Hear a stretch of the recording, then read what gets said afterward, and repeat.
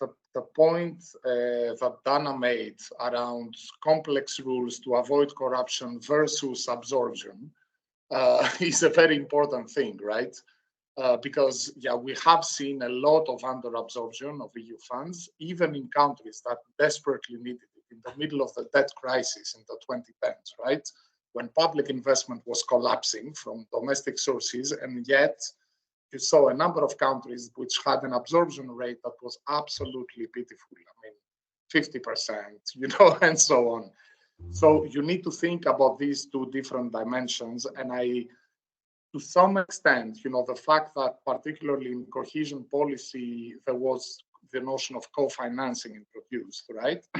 The idea there was that you make the member state a stakeholder in the funds that it's spending in order to avoid kind of misaligned incentives. But of course, I think that's potentially even then a wrong way to look at it, because those countries or many of those countries have a lot of corruption anyway, even on domestic public finance.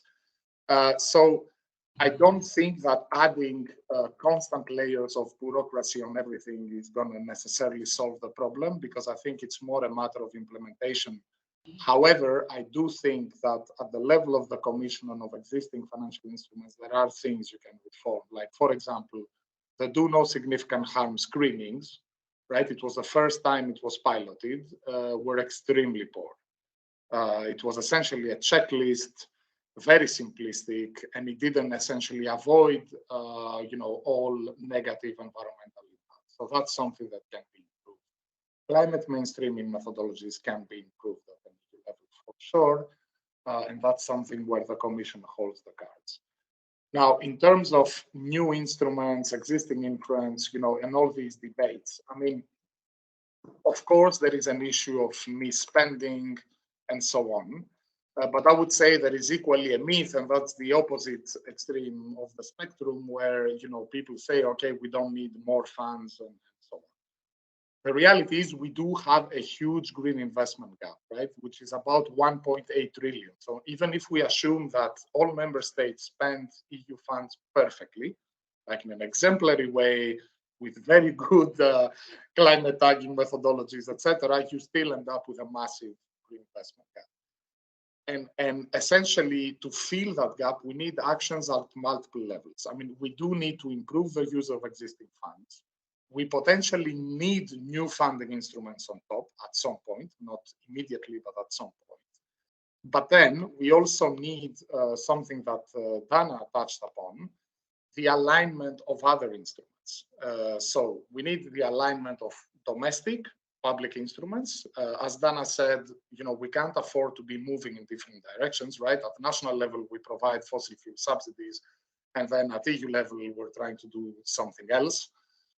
And we also need an alignment of private finance. Indeed, so we do need money, but we also need, and the buzzwords that are not just buzzwords, but really mainstreaming and alignment are really important. And also, on our national grounds, we often just don't see, we see such a huge departmentalization. There is the climate agenda is tossed on different ministries, which it should be, but there is no really communication and cooperation, and that's reflected on the spending and policies to a huge extent as well. And the action I see should come in three different kind of levels. One is, the way that the conditions and methodologies and indicators are really set up.